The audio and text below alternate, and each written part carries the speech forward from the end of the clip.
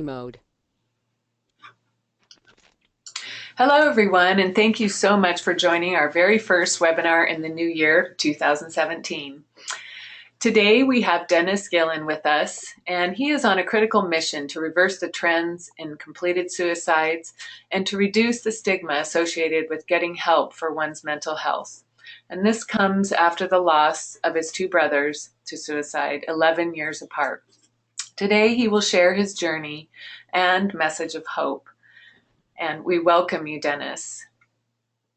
Well, Debbie, thank you for having me, and everybody out there in cyberspace. I appreciate you logging in, taking time out of your busy days on a short week to talk about a subject that's not the most glamorous, but here we are. I truly wish I was on the phone right now telling you, on the webinar, telling you how I won 3 Super Bowls, throwing left-handed, but I got to play the hand I was dealt, and this is the hand I got. So you just want me to jump right into it? Yes, please.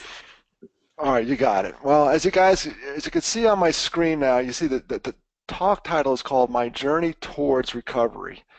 And I think the key word there is towards, because I'm still on this journey. And I'm not sure if I'll ever get there, and that's okay. I'm going to enjoy the ride as best I can and do what I got to do to head towards recovery. That was a title I got from a friend of mine who's into marketing. We play on the same men's lacrosse team, and he told me, Dennis, I love what you do, but you have to have a fancy title. So we came up with this. He's a marketing guy. I was in school, I was an accounting major, so I came up with my little title. And it's brief and to the point. It just says, suicide stinks. And for some reason, my slides are not advancing. Technology. There we go. Technology will befuddle us, but if you think about all we've been through, and anyone who's dealt with a mental illness or towards the end where I am in suicide prevention, nothing really rattles us anymore. It just doesn't. We've seen a lot of things in our life. So that's my title, Suicide Stinks, and we'll get right into it. Before I get into it, I've been told by my kids, I'm an old fart, but my kids say, Dad, you got to be on social media. 3 is the max I can do. That's it. I'm on Twitter, Instagram, and Facebook, and there's actually studies, believe it or not, that have come out recently that say people with more than 3 social medias or follow more than 3 social media programs are more prone to depression.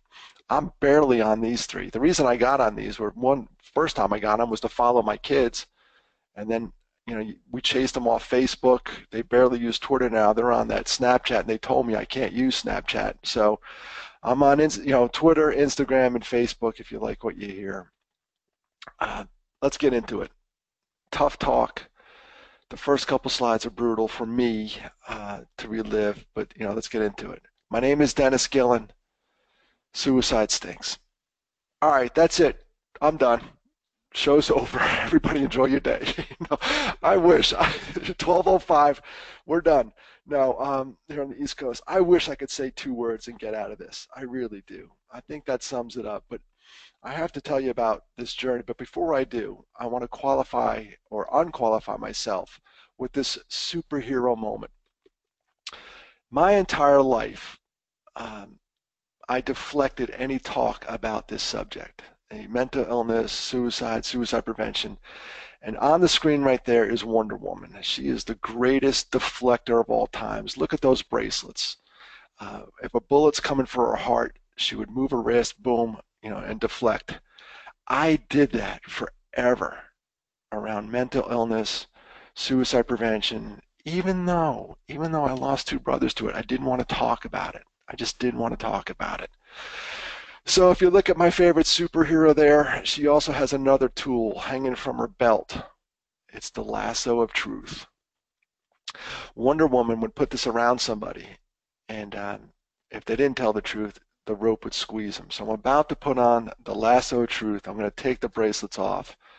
But know this, folks, if you're listening, I'm not a psychologist. I'm not a psychiatrist. Like many listening, I'm just a guy, a person who's wandering through this thing called life, and mental illness and suicide reached out and touched me. I didn't ask for it; it just came. So, just a lay person with, I think, an important message for all to hear. So that's my Wonder Woman moment there. If I deflect or I say anything stupid during this presentation, which now just made my host real nervous, just remember I'm channeling my inner Wonder Woman. That's all I'm doing. I don't. That's a nervous laugh. I get a little giddy. I just have to get through these first couple slides. They still get me, be it a webinar, be it live, be it a casual conversation. These first couple slides are brutal for me. So here we go. Let's just jump into it. No better way to head into this than head on. How I got here. All right, I'm in college at the time. I'm a junior at West Virginia University. It's a Wednesday. And they still do this. I take this talk to universities and colleges, and they still do this. Um, I had one of those weeks where I had a test in like every subject, which that ought to be illegal. It was a Wednesday, and I was a county major. I had a finance and accounting test on Thursday. And professors always seem to do that. They just bunch them up. They all use the same 6-8 week cycle. And I was in one of those cycles. I was like, wow, this week's going to be tough. So when I woke up that Wednesday, October 26th, I knew it was going to be a rough day. I was going to go to class, my normal classes. I was going to stay downtown. I lived off campus. I was going to go to the fraternity house. There was a couple other guys who had a similar situation I was in. We were going to pull an all-nighter. We were going to show up for those 2 tests. We were going to spit out the knowledge we had. I was going to come back to my apartment, and I was going to take a nap. So when I woke up Wednesday, I said, wow, this day is going to be a long one. It's going to be a hard one. But little did I know how hard and long it would be. The phone rang. As I prepared to go to class, it was my sister. I'm 8 hours away from home. My parents and sister and my family are back in New York. I'm in West Virginia, Morgantown, West Virginia. And like many of us, when life comes at you, it's a phone call. It could be a text. It's an email message. It just comes and your life changes. My life changed. It was my sister on the phone. She's saying, Dennis, you need to come home. Mark died in a car accident. That's what they told me. They didn't know what to tell me. Folks, Mark died in a car, but it was no accident. You know why we're here. You know what I speak about. Mark died by suicide. So I went home. I didn't take those 2 tests. I left that Wednesday night. I went home and I went to the funeral, did everything I had to do, and I literally came back to school. That's why there's a bullet point there. It says home and back in a flash. I didn't take much time. I left on Wednesday. I think I was back at school that Tuesday night. I did what I had to do back home and came back. And that was a major life event, a stressful life event. I was going to pretend nothing happened. I just went right back into it. We often do that when we're faced with a traumatic event like that. We try to brush it aside. And I'm here to tell you, and many of you listening to this know this already. You're smarter than me, and that's not hard to do. But you can't brush it aside. You've got to face it. And I didn't. I just went back, got right back into routine, went and visited those professors, made up those exams, and just continued on with my junior year. I think the moral of the story is, and if you can't run for your problems, I wish I never picked up the phone, but it's going to come at you no matter what you do. So I did what I had to do. I did the family thing. I went back to school and again pretended nothing happened. And how did I react? Simple. I didn't go and see a competent counselor, which my school to this day, WVU, and most schools I speak at have awesome counseling services. I did not take advantage of that. I did not run into the arms of a competent counselor. I ran into the arms of an incompetent bartender, and that was a bad move. So I don't know what it is about the internet, but if you type in drinking, the internet loves cats. So this picture is meant to be funny a little bit, but it's also a reminder when I look at the beer what I was doing. I was just self-medicating and literally pretending nothing happened. Look at the cat there with his eyes closed. That's sort of what I was doing with the alcohol and the drugs. Not a good reaction. And this is the toughest slide I got. And if you're listening acutely, you can hear my voice start to crack. It happens every time I get to this slide. I've done this presentation a zillion times. Oh, let me breathe in. Let me breathe out. We all have our moments. This slide is my moment. I wasn't the only one reacting that way. We all dealt with this differently. I'm going to tell you right now, there were 5 Gillen kids, 5 of us. Sheila, the oldest, Mark, my now deceased brother by suicide, me in the middle, Janice and Matthew. Janice was the one who called me at school. Matthew was the youngest. And if you just heard what I said, you picked up on what's coming. I said Matthew was the youngest. I'm so glad you guys can't see me right now. My eyes are watering up because this slide gets me. See, I wasn't the only one reacting that way. Matthew was doing the same thing I was. And 11 years after we buried Mark, my older brother, that darn phone rings again. And I know what's coming. I've done this presentation. These next 3 words get me every time. And if I could curse, I would, but we're doing a webinar and this is going to be archived and I just got to keep it real. These next three letters, 3 words, sorry, not letters. 11 years later, Matt is gone. In a drunken stupor with access to lethal means, he's gone.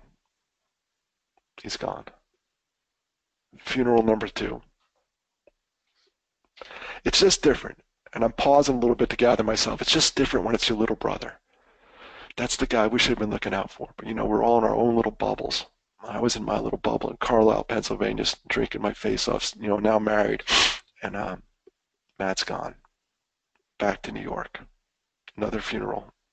Another brother. Breathe in, breathe out. Now what? Now what? All right. Ladies and gentlemen, this is a real problem in our society today. This slide is up here for shock value and shock value only. I didn't do this. I could do this. As you all know, this is gripping our country right now. Heroin, drugs. It's bad. I didn't. I did not. I could have. I was at the proverbial fork in the road of my life where I literally said, all right, what are you going to do? I was pretty depressed, obviously, from external stressful life events. I was having trouble sleeping. I still think to this day I can go back to New York and be the town drunk because people would give me a pass, but I can't do it. I didn't do this. I did quite the opposite. And it was the proverbial fork in the road. I kicked these guys to the curb. And I just started out as a timeout, but who's counting? It's been 22 years, 5 months, 17 days. I'm sober. 8,200. Wait, it's supposed to be 8,008. I wish it was 82,000. 8,087 days. That's roughly 22 years sober. I wish that number were higher, to tell you the truth. And I know my place in this world. I go around, think about it. I go around to college campuses. I have 2 sons in college. I know I cannot go around to schools talking about mental health, reducing the stigma, and telling these kids don't drink. They'll be like, get off the stage, Grandpa. And but I will make a deal with the kids when I speak to them, and I'll make a deal with you on the phone and the webinar right now. If you're going through something, like I was going through with the loss of Matt and Mark, I'm just going to ask you to do it sober. Just do it sober. You can come back when you're better. I personally liked the sobriety because my mind needed to be sharpened at the time. It was really dull. It was a fog. And I knew from my first brother that this wasn't the solution. I don't want to get all preachy, but that's what I do when I do this talk. I negotiate. If you're going through some stuff, if you're dealing with maybe your mental fitness isn't where you want it to be, just take a break. That's all this started out as, the sobriety. It was a break. It's a 22-year break, and it's something I'm right now I'm most proud of. But it's something that if again, we're negotiating. If you're going through some stuff and your mental fitness is not where you want it to be, sorry about that. Do it sober.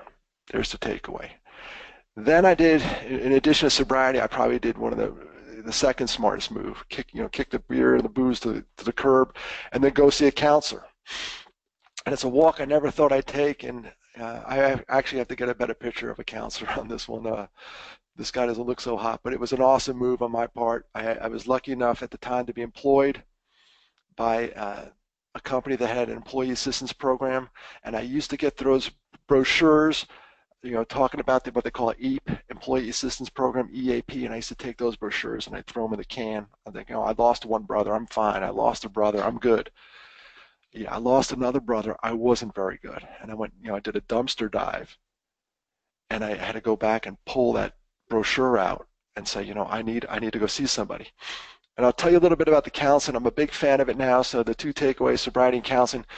I walked into that counselor's office, and he said one question, just one thing he said. I sat down, and it just started. I had to come out. He said, Dennis, why are you here? A very innocuous question. Why are you here? And I looked at him and I just let it out. I was crying. I was bawling. I was suppressing it. It was all punched down in my stomach. What's the old line? If you swallow your problems, your stomach keeps score. I had to get it out. I had to get it out. I'm a guy. We tend to, cowboy up and all that other happy horse doo-doo. I had to get it out. And I seriously think I cried the entire session that first hour. And my company was very good to me. They gave me time off, and I had 8 free sessions through the employee assistance program, and then I could do tele sessions. But I also realized that it was so valuable that I paid for it, and I still do to this day. I have a counselor on retainer, and if the proverbial blank hits the fan, I go marching in there.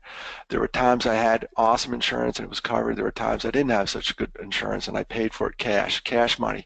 That's how much I believe in it. I vote with my wallet, and I'm a big fan of counseling. So the two, if you wanted to wrap up the gist of the message, sobriety and counseling, but they're still on this journey. I still had to deal with life as it comes at me. And the point is, for both of that, is to use the tools you have. If you look at this poor guy, and I hope he's not on this webinar, um, he's got sunglasses, he's got a visor, and yet he feels compelled to put his hand up to block the sun. If you have access to a counselor, do it. If you have access to sobriety, and it's tough, I know it's tough, try it. Just use the tools you have and don't fail like this poor gentleman here. And it's my hope he's not on this webinar. Um, use what you got and your network of friends and family. I typically, if I do speak at an organization or a university, I'm just going back through the slides, I will talk about what's offered through that organization's employee assistance program. When I go to colleges, I tell the kids what they have available to them through the school. And then I go on to tell them, all right, that's enough about you guys. Let's continue on my journey. So, folks, we're going to continue on this journey that, remember, towards recovery, not actually at there yet, but towards it. I moved, when I lost Matthew, I was in Carlisle, Pennsylvania, and I moved to Illinois. I lived in a little town called North Aurora, Illinois. And I was at church one day. And normally what happens is when I go to church, we drop the kids off. I have 2 boys. We drop them off to Sunday school, and I go into this fellowship hall, and there were a bunch of guys who would sit around and we'd talk about, fantasy football. We'd talk about our basketball league, all, just guy stuff, everything to avoid talking about real life issues. We talk sports and all that stuff. And they always had these donuts in the hall. So I walk in and I'm starving Marvin, and I look around and I said, dudes, where are the donuts? They say, oh, they took them upstairs. They're doing some adult education program upstairs. And I said, all right, I love you guys, but I'm starving. I'm going to go follow the donuts. Now, normally at this adult education, they go over stuff like, how to join the choir, or, how to play the organ or something, musically inclined, or how to service the church. But that's why I typically wasn't going to those things. So I went to this one, and sure enough, guess what they're talking about? I sit down, I get my donuts, I look up, and this woman goes, today we're going to talk about suicide prevention. Now remember, nobody in that room knows my story. I moved from Pennsylvania to Chicago, and I didn't tell anybody. I was part of the stigma I'm now fighting. I would tell people when they asked me, how many kids in your family? I would just tell them about my 2 sisters. Remember Wonder Woman and Deflection? I wouldn't tell them about my brothers. So they said, Dennis, how many kids in your family? I'd say 3. So I'm in a room full of people who think I have 2 sisters, and we're talking suicide prevention. I couldn't leave, because if I got up and left, I would have had to walk right by the table where the woman was speaking. And that's rude. So I stayed. And I also love donuts, so I did stay for that too. But I stayed and listened to the message. On the way out, I grabbed one of her business cards, and it turned out they ran a hotline right there in Batavia, Illinois, and I volunteered to work on the hotline. This is, towards my recovery. You get to a point where you start trying to help others, and I like this because I could do it anonymously. On the phone, I was Marty. I wasn't Dennis. I was Marty. We took these phone calls, and I think I was in a unique position because of what happened to my brothers to help others. And uh, no matter where I was in the world, Thursday nights from 8 to 12, 8 to midnight was my shift. I was on the phones. And here's what I learned on the phones. And you'd think a guy who buried two brothers to suicide would know this, but mental illness is real. It's real. I got some slides to go over some demographics coming up, but it's real. I just didn't know. Maybe I just thought it was my family and my brothers. They were depressed. Um, there may have been a touch of bipolar with Mark, my older brother. I didn't grasp the enormity. I was ready for the phone calls. I wasn't ready for the volume of them. People are hurting. We all are. And there's some strength and vulnerability. So that took me by surprise how many phone calls we took. And in the end, I did learn, this is what I was talking about, that 9 out of 10 people die by suicide where I am. And, I work on the suicide prevention. And this slide is part of a group I'm involved with, the American Foundation for Suicide Prevention, but we want to go upstream. That's why I'm proud to do this for IBPF, the International Bipolar Foundation. We want to go upstream because here, 9 out of 10 people who die by suicide have a mental health condition contributing to their death. So they say 90% of the folks who die by suicide have some form of mental illness. Now, we all know about 1 in 4 will suffer from a mental health condition. It does not end with suicide. That is the takeaway here. It does not end with suicide. You all know on this webinar, in the years we've all been talking about mental illness, for me, it's over 22 years with my brother Mark, we've made unbelievable strides in the treatment options regarding mental illness. We didn't even talk about it when Mark died. I couldn't even say suicide or he was depressed. People don't want to hear it. They don't want to talk about it. I was told to be quiet one time. I mean, just now we could talk about it. We are at a tipping point. It's not, we have a long way to go. I agree. Someone's probably nodding their head right now. We're not there yet. There's a stigma attached. But these 3 slides are from a presentation we do at AFSP, the American Foundation for Suicide Prevention, called Talk Saves Lives. And I think that's relevant to what you all are doing at the International Bipolar Foundation, talking about it. We're talking about it. That's a huge first step. So when I talked about, the 90% of the folks who die by suicide have some form of treatable, often not diagnosed mental illness. Here are the big culprits. Depression, obviously, number 1. Bipolar disorder, number 2. And if you're interested in this presentation, this is only 3 slides of probably 51 that we could easily deliver for you. When I was on the phone line for the National Suicide Prevention Hotline, the 1-800-273-TALK line, I did take a call from this kid named Kyle, and Kyle is awesome. We all need a Kyle in our life. Kyle had clues. Kyle called that number, and I can just zip back to it real quick. There it is, 800-273-TALK. That should be in your phones, 800-273-8255. This kid calls up. Now here's the deal. It's not for him. It's for his friend. His friend who on outward appearances seems normal, and that's what this cartoon depicts. Here's a guy getting out of bed, obviously, burdened, not feeling well, maybe some form, and he goes to his closet and he puts on what we all seen. I saw it with my brothers, a happy face, and goes out in the world, and nobody knows. And often, sometimes you'll hear this in the world I'm in.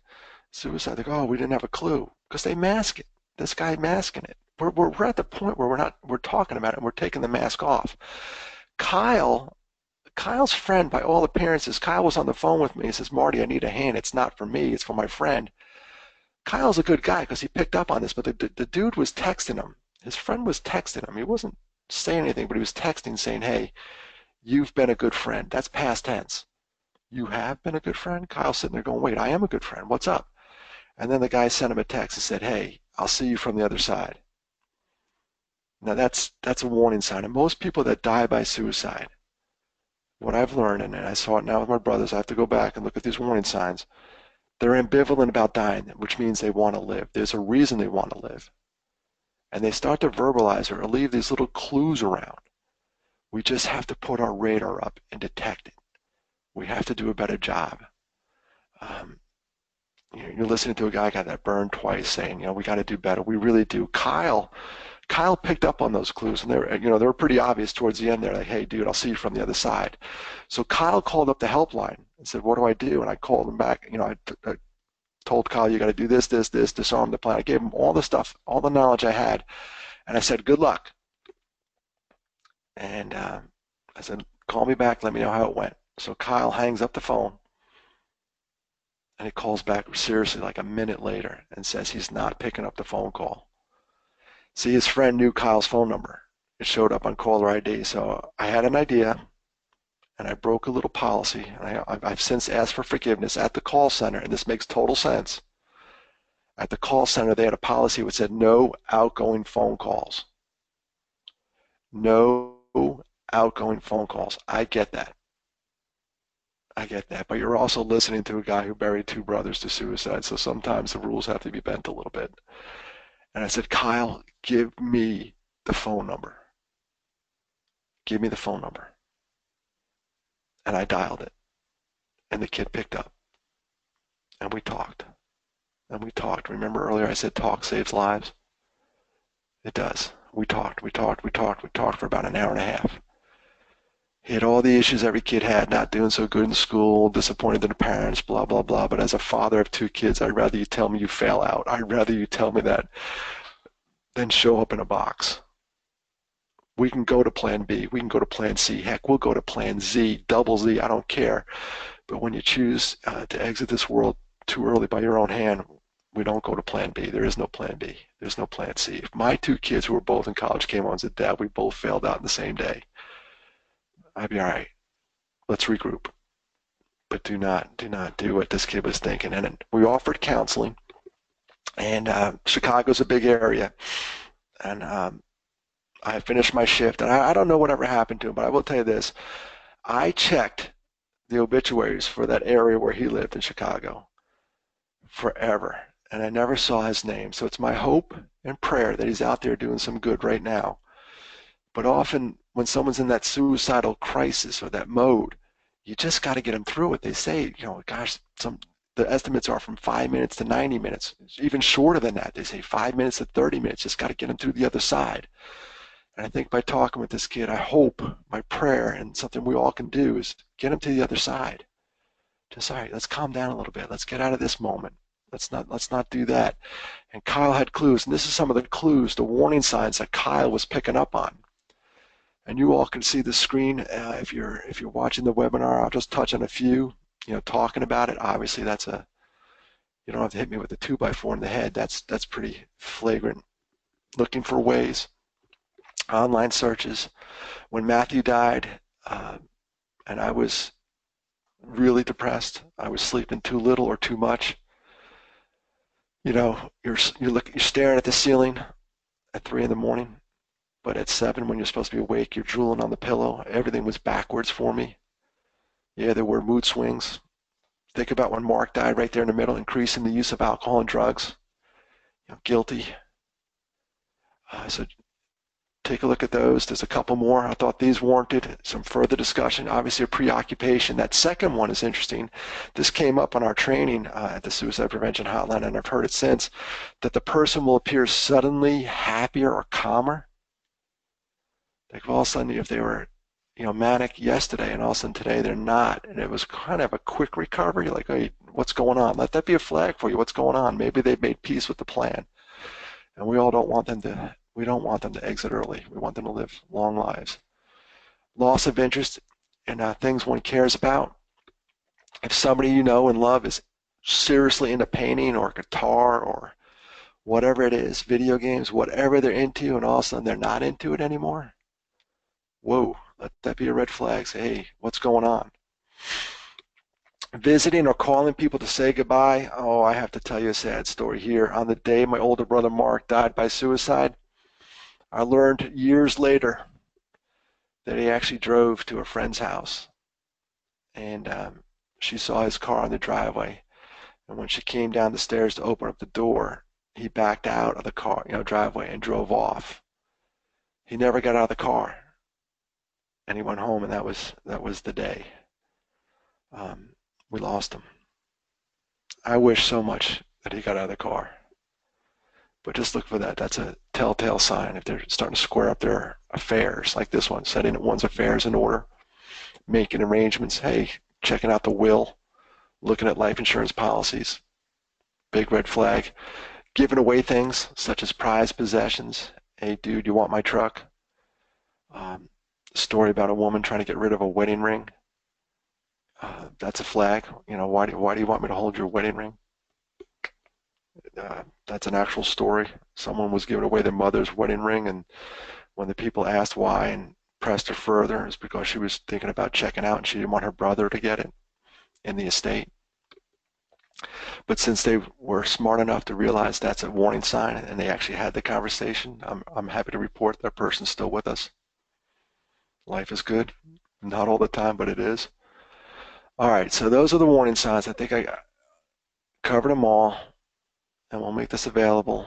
Obviously, it will be available through the webinar when it's archived. Continuing on my journey. So I'm in Chicago working on the helpline, and I moved to South Carolina where I currently live. And unfortunately, I moved to a place where there is no call center. I moved to a place, there is one. It's 2 hours away, one north, one south. I'm right in the middle of the state. So I come down here and I get involved with the American Foundation of Suicide Prevention. They asked me to do one of these walks. It's an out of the darkness walk. I'm like, I'm not doing that. I'm a guy. Passive aggressive dork that I am. I said, I'm not doing it. So I was on the committee and I sat there for months, and I really didn't do anything. Then finally they said, can you do something? So one night, and many of you may be with me in this, I could write about my issues with my brothers and what I were battling, but I couldn't talk about it. I tried talking about it one time and it didn't go so well. I cried a lot, so I could write about it. So one night I sat down and I wrote on the donor page for this walk. Gosh, it had to be like a page full of stuff. And I said, listen, you may know me, but you don't know this. And I detailed my brothers. I told everyone about my brothers. I said, I lost Mark in '83, Matt in '94, and I went on. And I said, that's my story. And at the bottom of the page, it said, do you want to send this to your contacts? And I figure, I got about 30 to 40 contacts. And you could laugh up, some folks are probably laughing now because they know about Gmail. When you use Gmail like I do as your email server, they count everybody you ever sent an email to as a contact. So when I hit OK, send it to my contacts, I thought I had a really slow computer because it took forever. And when it was all said and done, it said, congratulations. You just sent out 1,738 emails. Say what? My little family secret about my two brothers was now out. And to tell you the truth, it needed to be out. It was one of the best things that ever happened. But at first, I panicked. I had to call my folks who are still alive. I had to call my mom. I had to call my dad. I had to call my sisters and say, listen, I'm doing this walk. And guess what? Everybody knows about it. Everybody knows about Matt and Mark. And I'm sorry, but it happened. I'm not good with technology, as you probably saw when I first started these slides. I'm just not good like that. And the cat's out of the bag. They came around to understanding. They got it. And what was really interesting, once that email went out, my phone started ringing or pinging. Every time I got a donation, my phone would say, it was set up, say, hey, you got a donation, you got a donation. All of a sudden, my phone goes nuts. And I was like, wow, people want to help. They just don't know how. And people never knew about my story. I mean, these are people I went on vacation with. I never told them I had two other brothers. Never told them. I was part of the stigma I'm fighting now. And it was nuts. My first goal was to raise $1,000 or something like that, and that just blew right past that. All said and done, I think it was close to $9,800 or something like that, $8,900. It was close. It was over $9,000, which was amazing. But what was really amazing were the notes. People got to attach notes, not only make a donation, but they got to send a note. And they would say, hey, Dennis, I appreciate you doing this. By the way, I have a story too. And everyone has a story. Everybody has a story. So the money was great for the American Foundation of Suicide Prevention. They do a lot of great stuff, research, education, just like IBPF does for bipolar. That was great, but the notes kept me going. One woman who gave me the least amount of money gave me the most motivation. She gave me $5, and she said, Dennis, I once attempted. I barely knew her because remember, Gmail went to everybody. I was using Gmail for work. I barely knew this woman, but I said, listen, you can keep your money. That inspiration alone, I'm so glad you're here. So that was an eye opener. In fact, when they all said and done, they said, Dennis, you raised the most money. Can you do a quick talk about what the walk has meant to you and how it's opened these doors up for you? And there I am to the right with my head down. I'm actually praying as hard as I ever prayed before because right before I went on, all I had to do was talk for 5 minutes and just tell people my story. But right before I went on, and I did not know they did this, and it's a beautiful healing ceremony at the end. And there's strength in numbers, and I know talk saves lives. But right before I went on, they handed around this portable microphone, and everybody said the name of the loved one they lost. Everyone went around and said, Michael Johnson, Bill Matthews, whatever they said, the name. I had to watch my mom pass the microphone. She couldn't say Matt and Mark, and I understand that. When you grieve, people are all over the place. There's no formula. There's no time frame. It just people grieve at their own pace. My mom couldn't say my brother's names, and I get it. I'm just a brother. She's the mother. So she passed the microphone, and then it keeps going around. It keeps going around. And finally, this woman says the name of her husband, and she goes to pass the microphone. And this is why my head's down right here. And I'm so glad I'm wearing sunglasses that day. This little kid grabs her arm, and he pulls her arm down, and he says, my daddy. My daddy. I'm welling up right now thinking about that because I didn't know all those names. They didn't mean anything to me. But my daddy put a face on it. My daddy meant the world to this kid. And he's gone because of suicide. So that's why I'm talking about it now. That kid, he'll never know the impact he had on me. But right in that picture right there, somebody snapped that photo. I'm dying inside. I have to go on in 5 minutes, and I don't know if I could pull it together. I did. Thank goodness I did. And I summoned up enough courage, told everyone, I think my wife taped it. It was 5 minutes and 5 seconds, and I got out of there. That kid crushed me. But suicide crushes us. It's the would have, could have, should have, and you never know who you're leaving behind. And that poor kid, it was his daddy. So that's what I'm doing there. That was really good, that walk. And after I did that walk, I decided to go home to New York. I remember that walk I just showed you. This one was in South Carolina, but I got a lot of response from New York. So they said, Dennis, come back to New York and we'll form a team. And everybody that told me their story about losing somebody, we all think we're on the island of misfit toys. We're just getting over the Christmas season. The island of misfit toys, from Rudolph the Red-Nosed Reindeer, they're all sitting there and they're like, nobody, the choo-choo with square wheels, we're all different. We all think we're different because of our stories. And then you start telling your story and you go, oh my gosh, you too? You too? When I do this talk on college campuses, I'm amazed at what the people tell me afterwards. When I go up there and show that I'm vulnerable on stage, they feel like it's a safe room. They come up to me and tell me stories. I'm like, oh my God, you got to give the talk next time. Your story is incredible. The fact that you're still standing is amazing. So I got all these people together. So let's form a super team, and we did that up in New York, and it was really nice to other people with their stories. Instead of competing against each other, we formed a team, and we raised close to $25,000 that year. And then again, they asked me to talk, and I'm facing, if you look at the computer, I'm facing one direction. I can't turn the other way. I just can't do it.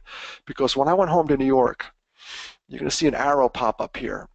The bottom of the arrow without the point, that's where I'm talking. This is Rockland Lake State Park. The bottom of the arrow with no point is where I'm talking. The top of the arrow where the point is, that's where my brothers are buried. When I mean I took this walk home, I mean, I'm about, honestly, I think I could hit it with a golf ball, probably 150, 200 yards away from my brothers where they're buried.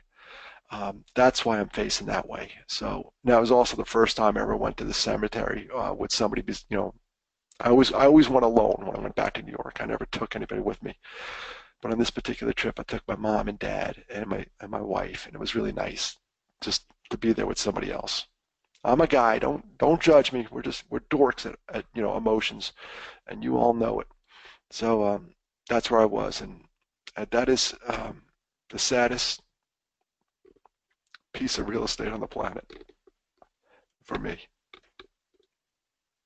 All right, continue the journey towards recovery. Still going, still on my way, and I hope you are too. I did another walk. If you look in the upper left-hand corner, that's our ambassador to the UN now. That was our governor in South Carolina till Donald Trump stole her. We like Nikki Haley. There she is in the middle. That's me in the red shirt, upper left. My son Brendan on the right. Nikki Haley came and did a really nice job with this walk and helped us out and did a great speech. It was our 10th anniversary. I was really happy to see her, but I was really happy to see this guy in the pink shirt. Remember I told you about people sharing their stories? He drove up from Beaufort. He heard me on the radio. I did a quick radio ad or a commercial for the walk. And he drove all the way up from Beaufort, South Carolina, 2 hours. And he comes up to me, and you can see I'm wearing those beads. That's me on the right, trying to suck my gut in. I'm wearing those beads. The beads indicate I lost 2 siblings. And he comes up to me. He goes, "I heard you on the radio." And I said, "All right, thank you, sir. I appreciate that." It was, they aired it like Sunday morning at 6:30 in the morning. I think 3 people heard it. He was one of them. And then he goes on to tell me that, you lost a brother to suicide. Uh, he said, "You're from New York." I'll take it for the top of the story. He goes, "Dennis, you're from New York?" I said, "Yes." He goes, "So am I." He goes, "We both live in South Carolina." I said, "Yes, sir. Correct." And he goes, "You lost 2 brothers to suicide." I lost 2 brothers to suicide. So remember the analogy I said earlier, the island of misfit toys. When you think you're alone, you're not alone. You just got to tell people what you're going through. He heard it on the radio. He was going through the exact same thing I did, and I gave him 2 sets of beads after that. You're not alone. And that his, don't tell Nikki Haley this. I was happy to see her, but I was really happy to see this guy. Oh, that slide right there says it all. I should have started with this. We could have been over by now. That is a Swedish proverb. It's a classic Swedish proverb that says, "A shared joy is a double joy. A shared sorrow is half a sorrow." Why didn't I learn this proverb when I was a kid? Why did it take me 5 decades to hear this? A shared joy is a double joy. A shared sorrow is half a sorrow. Let me frame it up for you. I got to go to Seattle. Have you ever been to Seattle? Space Needle. Never been. I'm on the East Coast. That's West Coast. Let's do this. I go to the Space Needle. I go all the way to the top. Bucket list item, right? Really cool, right? It was okay. Why is that? I was alone. I was on a business trip. I snuck it in between appointments. Now, if you put me on the Space Needle with my wife and my 2 boys, it's awesome. You know why? It's a shared joy. Now I'm seeing it through their eyes. I'm with somebody. I just need one person, really. I was alone. It was cool. All my Seattle fans, calm down. It's cool, but it would have been really cooler if I could share it, and I didn't.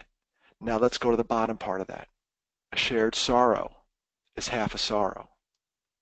Every time I tell the story about Matt and Mark, I cut my sorrow in half. Now, there's a math major out there, or an accountant, or somebody who knows something about numbers. A half of a half of a half. I will never get to zero. I will never get to zero. And that's okay. If you think about it, I don't want to forget about Matt and Mark. That would mean they were insignificant to me. I'll carry that sorrow. I just need it reduced every now and then. But I will never get over the loss of Matt and Mark. Never. Sorry if you came to this webinar thinking I have all the magic words. I don't. But I will get through what I went through. I won't get over it. I'll get through it. And what I look like on the other side, I don't know.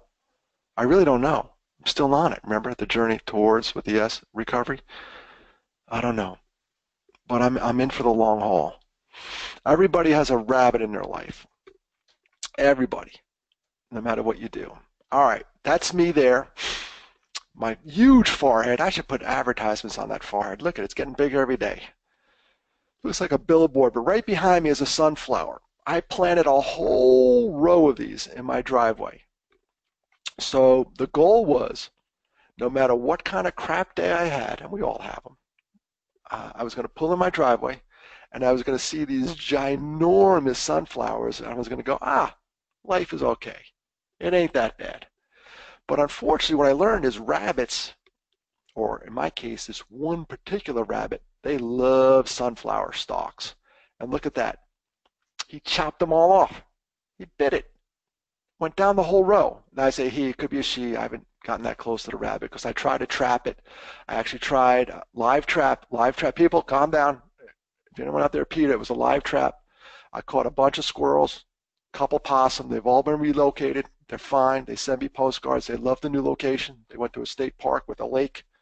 Everything's good. But the rabbit never, ever caught them. And as I was looking at all these stumps, my wife came out and she starts pulling them up. I said, she goes, too bad, hon. I said, I know, it's a bummer. And as she's walking down the line, there's a whole row of these. I said, stop, stop, stop, stop. Hold on, don't pick that one out.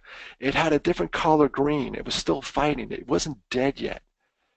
It wasn't dead yet. In fact, on the side, there was like a little tiny leaf popping out where you can see these leaves gave up. They're done.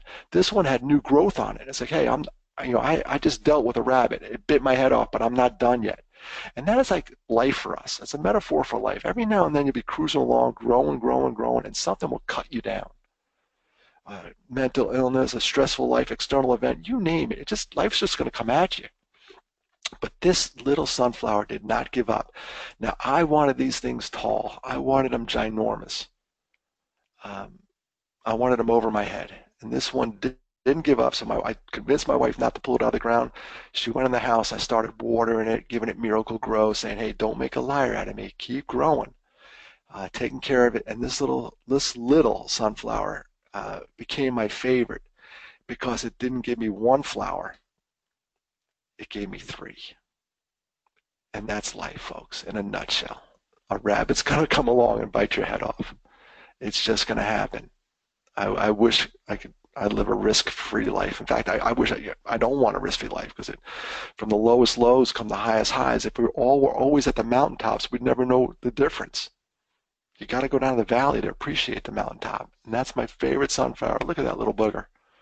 Three beautiful flowers. Sorry, rabbit, you didn't get that one. It lived. Uh, Here are my brothers. Until we meet again.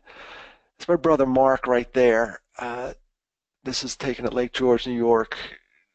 Mark was 21. Matt was 23 when they died. That's Matt on the right, one of my favorite photos of him. He didn't like to have his picture taken, but every now and then I'd sneak up on him and I called his name and he turned because he was too busy taking photos. I said, hey, Matt, and I got him. I got him good on that one. A great photo of my brothers, and that's the little guy in the blonde, the little towhead, that's me. That's Lake George, New York. That's my dad. He's still alive. My parents are still alive. Wish them well. 81. My dad was 81 yesterday. My mom turns 81 tomorrow. That's a sorrow I wouldn't wish anybody to be the parent of anyone who dies by suicide. It's one thing to be the brother. It's another thing to be the parent. But I want to thank you all for allowing me to share this journey I'm on. And we're all on a journey of sorts. And no matter where you are, it's my hope and prayer that you get to a point where you are sort of kind of where I am heading, where you get to the point, it's called redemptive healing or redemptive help. You may have heard this concept, where you get to a point where you went through some stuff and you don't want other people to go through it without the resources you have. And if you think about the good people at the International Bipolar Foundation, what would it start with? 4 parents who were dealing with something they weren't accustomed to, and they looked around and there weren't that many resources, and they said, hey, we need to do something about this. So in 2007 they do it. Don't ever shortchange what an ordinary person could do under extraordinary circumstances. We all have within us the powers. It may take time. Again, back to the the grieving timeline. It may take you time to get to a point where you could be part of this world of hope, resources, and support, and that's fine. Just get there. And if you get there, great. You could do what you got to do. You could always donate. That's a fact. These folks are doing some wonderful work. Gosh, since being asked to do this webinar, I've been on their site. I've learned a ton about bipolar disorder. From the highest highs, the lowest lows. I learned there's 5.7 million folks, 2.6% of the population. I just learned. And seriously, before they came around 10, 20 years ago, it would take me forever to bone up on a condition like this because we weren't talking about it. Nobody knew about it. The resources weren't out there. So I'm taking a long way not to sound like a commercial, but I want to thank the good folks at the International Bipolar Foundation for allowing me to share my story. And if you think about it, I'm downstream.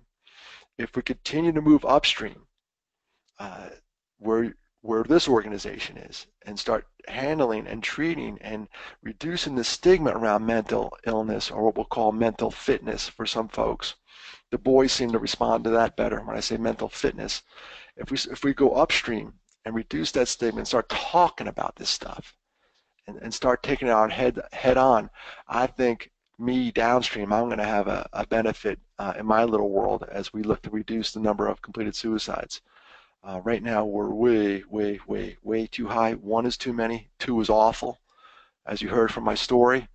But 42,000 in America right now, 42. That's awful. A year annually. So we're doing good things heading upstream. IBPF, you're doing great things where you are. So if you could see it in your heart to throw them a bone, please do. There's a donate slide. This will be also up on their website. If you need information, ibpf.org, and do what you got to do. And sometimes, whatever you do, know this: it's enough. Sometimes we're just enough, and that's all you got to know in mental health. Sometimes just being you is enough. We try to be too much, and here I am just spewing advice like it's willy-nilly after I told you I'm not a mental health professional. But sometimes just being you is enough. Just be you, and thank you for your time. Debbie, I think I'm wrapping it up. I think this is my last slide. If you want to pop in or take over, please Great. do. Yes, thank you so much, Dennis, for sharing your story, your insight, etc. And you are available for questions? Sure. Okay, absolutely. If you happen to have a question, most of you know the drill. Type in your question on the control panel, and I will be happy to share that with Dennis. Um, if you happen to think of something after we leave this program, you certainly can email me at dbrown@ibpf.org, and I'd be happy to forward that question on to Dennis. I do Yeah, have, go ahead. I'll take on the questions. I don't know if I have the answers, but we'll take on the questions. Okay. I do have one question. Let's see, here's another question. Dennis, would you say that your community of friends has changed after the events? Um, I think it's changed, and I think it's changed for the better. I'm going to go back to one aspect I had to be careful with. When I gave up drinking, I thought a lot of my friends, I was running with a heavy party crowd. I thought they'd dump me like a box of rocks, but they got it. They got what I was going through. So a true friend will sit there and go, hey, I feel you, bro. And they wouldn't offer me beers, or I'd go to their house and they say, hey, I got some Diet Coke for you. Um, so a dynamic among my friends changed. Uh, I think when I opened up about the suicides, and it gave people permission to open up back to me, I think my friendships got deeper. Where I told you during the webinar, I went on vacation with this couple, and I never told them about my brothers, and they live next door, and I think we're deeper now because they know my story, and they've been very supportive, and I've been amazed at the people that have uh, support what I'm doing and felt comfortable enough to share with me. But that only happened that only was made possible by the fact that I stepped out on a limb, and I'm not the bravest guy in the world, but I did it by accident and said, this is my story, this is my life. And if anyone walked away from that, maybe I didn't notice because a lot of people walked towards it. Great, So, great answer. Thank you. The next question is, my sister and brother-in-law lost their 26-year-old son to suicide 15 months ago, and they are devastated. How can we help them? all right. I'm sorry for your loss right off the bat. That's every time I hear it, that just crushes me. Um, sometimes we think we have to do a lot of uh, things to help people, and sometimes all you have to do is show up. I was listening to one of your webinars, Debbie, that was archived. Ms. Silverman was talking about when she had cancer, and everybody shows up with casseroles and all this other stuff. Sometimes in a suicide, people just stop showing up. You know, you don't get the Jello mold, or you don't get the casserole. People just don't show up. So there's a ministry, they call it Ministry of Presence. Just be there. Don't let them out of your sight. If you think I should call them, and then something in the back of your mind goes, oh, don't bother them. Call them. And for them, that's what you can do. But for them, there are these support groups, and I've been to a couple here in South Carolina. Usually, you can go to afsp.org. That's afsp.org, and they'll have a place where you can search for a support group in the area. I found those to be very beneficial. It's people who've been down this road. I was at one at this church. It was at a church in the basement, and it was in their fellowship hall. And this woman comes in, and her daughter, and the group had a whole dynamic. Everybody had been touched by a suicide. That's why we're there. And these two walked in, and theirs was really raw. Like, this one's 15 months. That's still raw in my book. It's wow. We're still there. So this mom and her daughter showed up, and it was obviously the husband and the daughter's father. So they were losing this guy, and it was recently, like, it was like a month or 2 months, and the whole group rallied around him. We all forgot about our problems for a second and said, whoa, whoa, whoa, whoa, whoa, whoa, this just happened. Oh, and it was really cool to see um, this this pack of people who were bonded by sorrow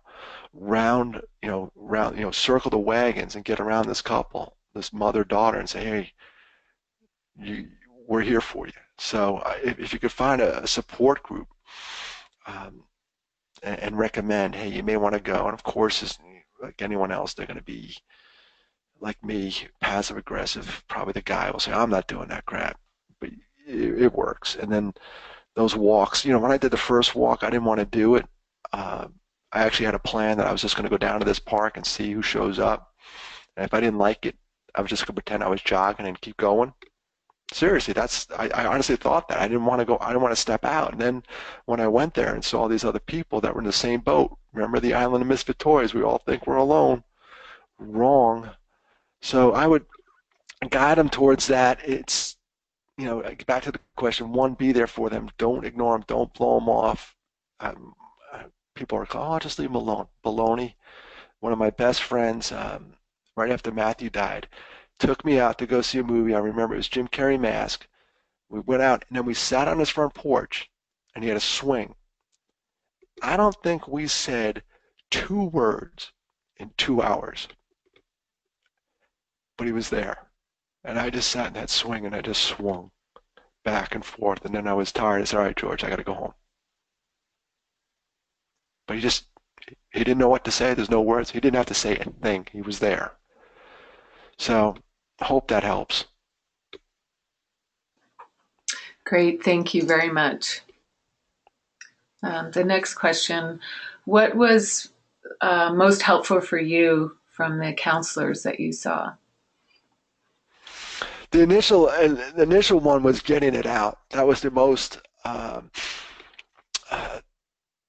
but I think that first session when I told you all, I says, Dennis, why are you here? And I just like Mount Vesuvius, I just erupted. Man, that was cathartic. That stuff had to come out. It was brutal. I was crying. There was snot everywhere. It was not a pretty scene. It just kept feeding me tissues, but man, that had to come out. And then I continue here in Columbia. There was one of my favorite counselors. She moved though. One of my favorite counselors. Um, she would always prod me to do stuff I didn't want to do. Like she was the one who was poking me to do the walk, and I didn't want to do it.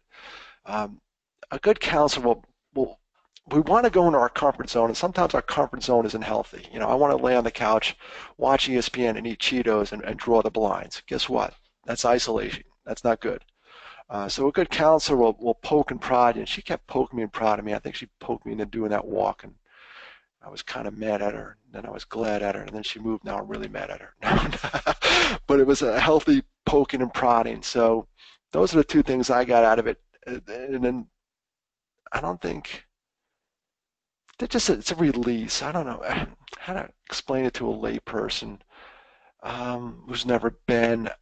You ever go to we've all done this. We've all gone to the doctor and had a physical. No one wants to go. Gosh, I'm at the age where they poke and prod me in places I don't want them to go. And you walk into the building and you're like, I don't want to do this. I don't want to do this. I don't want to do this. You walk out of the building. I'm so glad I did that. I'm so glad I did that. I'm so glad I did that. Same thing. We're so in tune with our physical health. We will do that. I will let this guy do things to me that no one else can do because of my physical health. Why can't I let someone poke and prod me for my mental health? If I truly believe in the yin, the yang, they're equal. I should be willing to subject myself to some gentle prodding, and I think that's what a good counselor does. Pushes you out of your little box. Hope that helps. Yes, thank you very much. Next question. This is from a nurse, actually. She said, do you believe that using a suicide assessment risk scale for each time a patient may be interviewed in a mental health community setting, would this be of significant value? Please provide your opinion and let us know if someone in the healthcare community could have done something slightly different or some other step, or maybe one of your brothers could have been rescued. Oh, sure, sure. First of all, she's talking about an assessment that's constantly being fine-tuned. There's the different versions of it. I'm all for these assessments because I'm a big fan of it because it makes people say the S word. Even people like this is a nurse, probably maybe in the psychiatry world, and I'm not, but it makes people, I've heard from counselors who say, I'm not comfortable saying the S word. The S word is suicide. So I'm all for these checklists and all these assessments. I really am because they'll make a conversation that's uncomfortable seem a little more comfortable because they're like, hey, I'm just reading this. Are you suicidal? And then put the clipboard down, look at them. Often, you know, often people don't want to say that. They want to blow it off. I've heard trained mental health professionals, of which I am not, by the way, but I've heard them say, oh boy, I hate going there. I hate going there.